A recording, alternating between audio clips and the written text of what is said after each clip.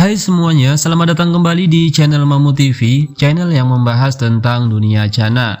Salam satu hobi, cana Indonesia. Ikan hias predator, cana arwana, lauhan, dan lain-lain, ataupun ikan hias seperti maskoki dan koi, tentu mengutamakan keindahan warna. Untuk menunjang pertumbuhan warna, ikan membutuhkan karotenoid. Karotenoid akan membantu meningkatkan pigmentasi warna pada ikan.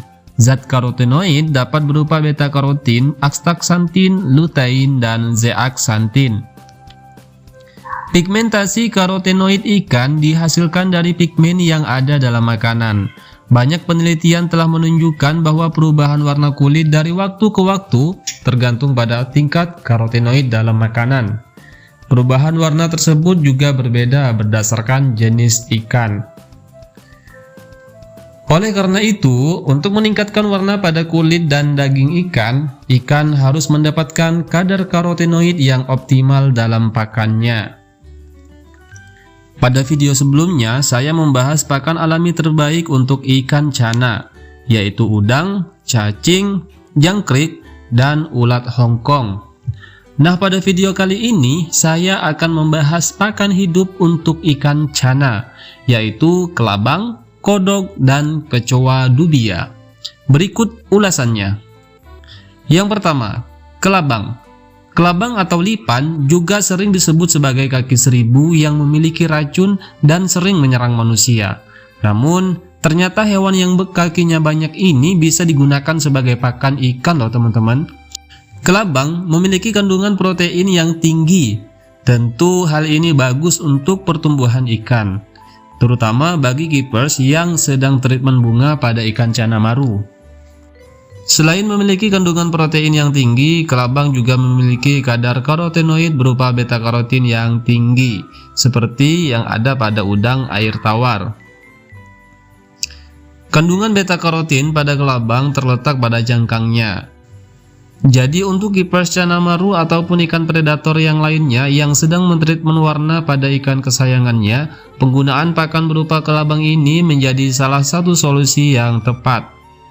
Tapi, harganya yang mahal membuat keepers yang memiliki budget yang rendah lebih memilih pakan hidup yang lainnya. Untuk mendapatkan kelabang, teman-teman bisa mencarinya di kebun kelapa sawit, di tempat sampah, dan di tempat yang lain yang lembab. Atau bagi yang memiliki budget lebih, teman-teman bisa datang ke toko pasar ikan hias.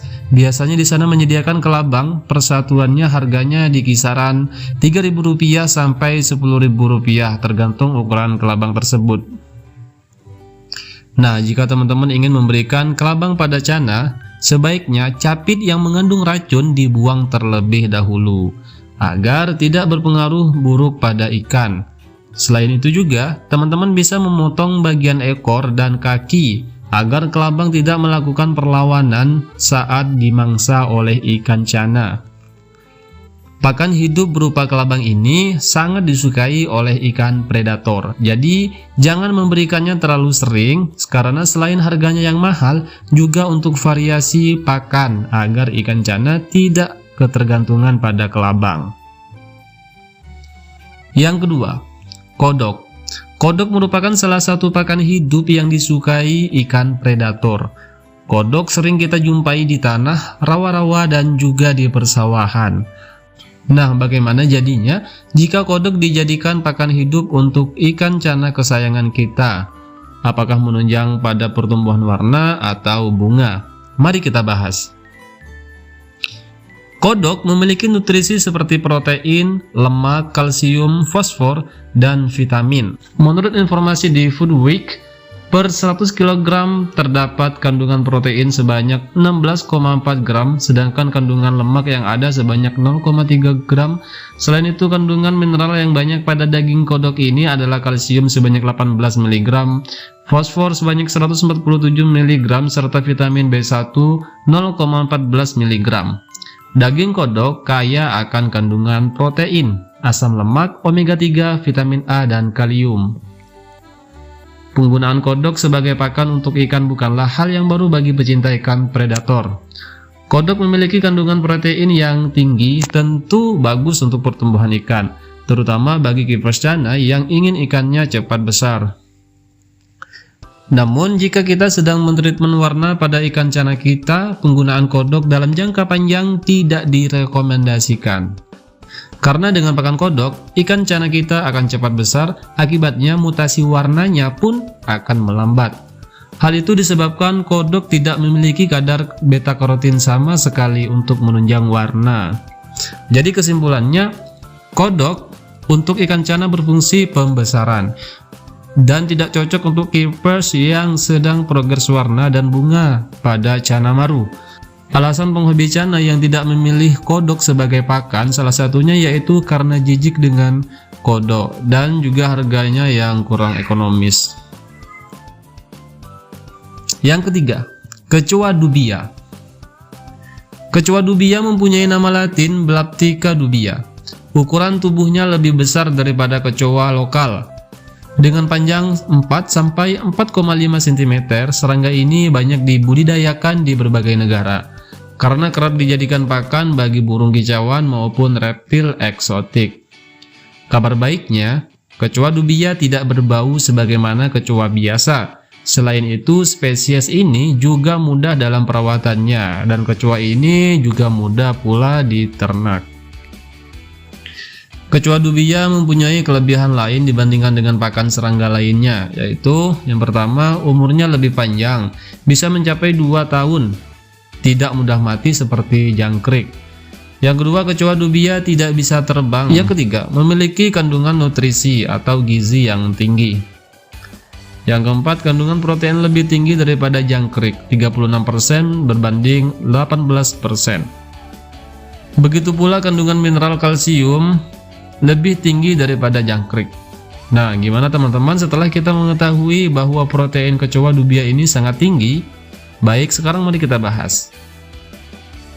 Protein dari kecoa dubia ini sangat tinggi dibandingkan jangkrik dan cacing. Cana yang diberi asupan makanan yang baik akan mengalami proses pertumbuhan yang baik pula. Pakan yang memiliki protein yang tinggi sangat bagus untuk pertumbuhan cabung pada cana kita. Namun, saya belum menemukan sumber yang menyebutkan kandungan karotenoid pada kecoa. Kesimpulannya yaitu, penggunaan kecoa sebagai pakan untuk ikan cana sangat bagus karena memiliki kandungan protein yang sangat tinggi.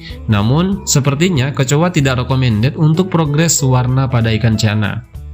Di pasaran, kecoa dubia dihargai Rp500 sampai Rp2.000 per ekornya. Harga menyesuaikan ukuran kecoa. Kalau dibandingkan dengan pakan yang lain, kecoa termasuk salah satu pakan yang mahal ya teman-teman, tapi sesuailah dengan kandungan nutrisi yang ada pada kecoa. Baik teman-teman, itulah 3 pakan hidup yang bisa kita gunakan sebagai pakan untuk cana kesayangan kita. Teman-teman bisa mencampur yang terbaik dari antara yang 3 ini menurut saya, yaitu kelabang di mix dengan kecoa dubia. Jadi kelabang dan kecoa dubia adalah kolaborasi yang sangat bagus dan pas untuk ikan cana kita. Dan apalagi ditambah dengan udang dan cacing. Terima kasih sudah menonton, sampai jumpa lagi di video berikutnya.